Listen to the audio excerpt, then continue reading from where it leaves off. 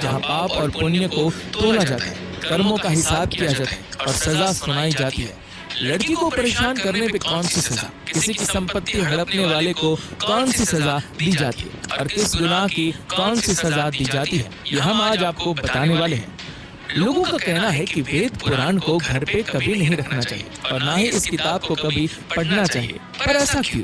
क्योंकि इस किताब को सिर्फ और सिर्फ तब पढ़ा जाता है जब किसी की मृत्यु हो जाती है। मृत्यु एक ऐसा सच जिसे बहुत कम लोग समझ पाए। पुराणों के अनुसार जीवन में अच्छे कर्म करने वाले स्वर्ग में जाते और पाप से भरे जीवन जीने वाले लोग नरक की ओर चले जाते। लेकिन क्या ये सच में ऐसा होता है? क्या आपने कभी ये सोचा है कि मृत्यु के बाद एग्जैक्टली होता क्या है? इस सब के बारे में हम जानते हैं इस एक किताब से जिसका नाम है गरुड़ पुराण। गरुड़ पुराण 18 महापुराणों में से एक है। गरुड़ पुराण के 2 मेजर पार्ट्स हैं। यमलोक चैप्टर 1। यमलोक में चित्रगुप्त जी के पास हर इंसान के कर्मों की लिस्ट होती है। उसने कितने पुण्य किए, कितने पाप किए, ये सब कुछ डिटेल में लिखा होता है।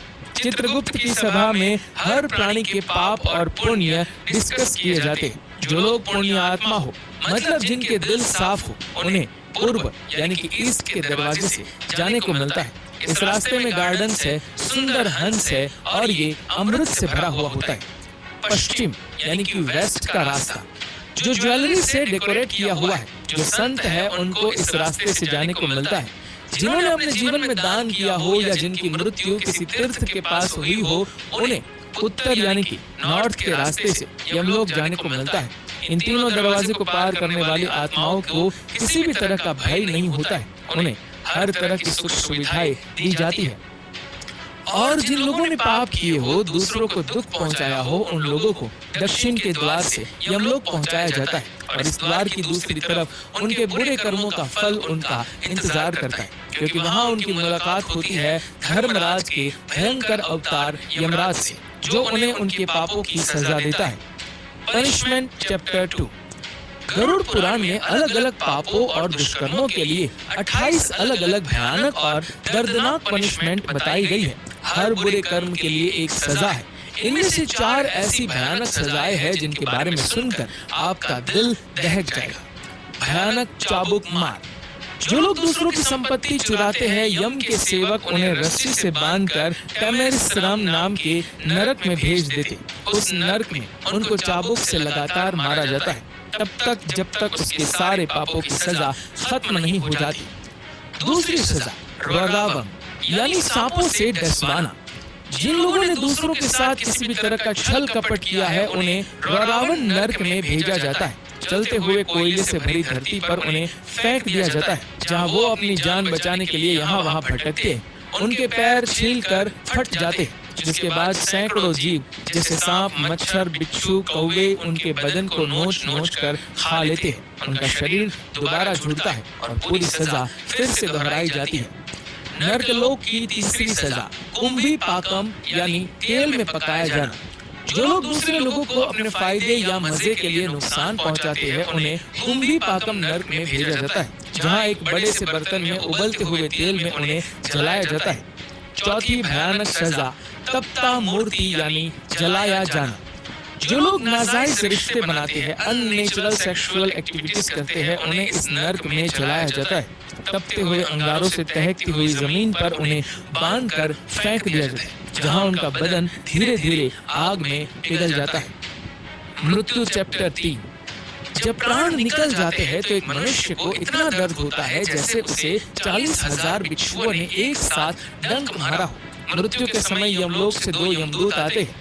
काला रंग, गुस्से से भरी आंखें, टेढ़ा मुंह, उनका रूप इतना डरावना होता है कि मरने वाला जीव डर के कारण अपने शरीर को और कस के पकड़ लेता है।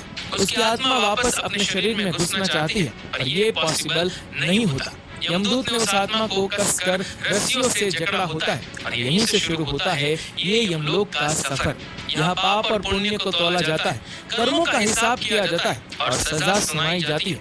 मृत्यु के बाद यमदूत इंसान की आत्मा को यमलोक ले जाते हैं। यमलोक का सफर चैप्टर 4। माना जाता है कि जिस इंसान ने अपनी जिंदगी में अच्छे कर्म किए हैं, पुण्य, दान, सेवा की, उसके लिए ये सफर बहुत ज्यादा आसान और आरामदायक होता है। उसे एक रथ में बिठा कर ले जाया जाता है। लेकिन जिसने अपनी जिंदगी में अच्छे कर्म नहीं किए होते हैं, उनके लिए ये सफर का हर क्षण दर्द और पीड़ा से भरा होता है। इस पूरे रास्ते में 16 स्टेशन क्रॉस करने होते। रास्ते में कहीं बर्फीली हवाएं तो कहीं आग की बारिश होती है, कहीं उसे घने जंगल में जानवरों का सामना करना पड़ता है, तो कहीं लीच से भरे कीचड़ में गिरना पड़ता है। आत्मा रोने लगती है, लेकिन यमदूत बिल्कुल भी दया नहीं दिखाते। इसके बाद आत्मा को कोड़े मारकर अपने पूरे जीवन में किए हुए सारे पापों को याद कराया जाता है। कर्मा चैप्टर 5। इन सारी सजाओं के पीछे का कारण होता है कर्मों की सफाई करना, इंसान को उसके पिछले कर्मों से मुक्त करना और उस आत्मा को शुद्ध करना। जिस इंसान ने जितने पाप किए हैं उसे उतनी सजा मिलती है, और जिसने जितने पुण्य किए हैं उसे उतना सुख। लेकिन दोनों का ही पर्पस होता है आत्मा के कर्मों को बैलेंस करना, क्योंकि ऐसा हो जाने के बाद आत्मा अपने सारे बॉडी अटैचमेंट से अलग हो जाती है और उसके पुनर्जन्म का प्रोसेस शुरू हो जाता है। गरुड़ पुराण में भगवान विष्णु कहते हैं, जिस तरह इंसान कपड़े बदलता है उसी तरह आत्मा भी शरीर बदलती है, लेकिन एक मानव शरीर मिलना बहुत ही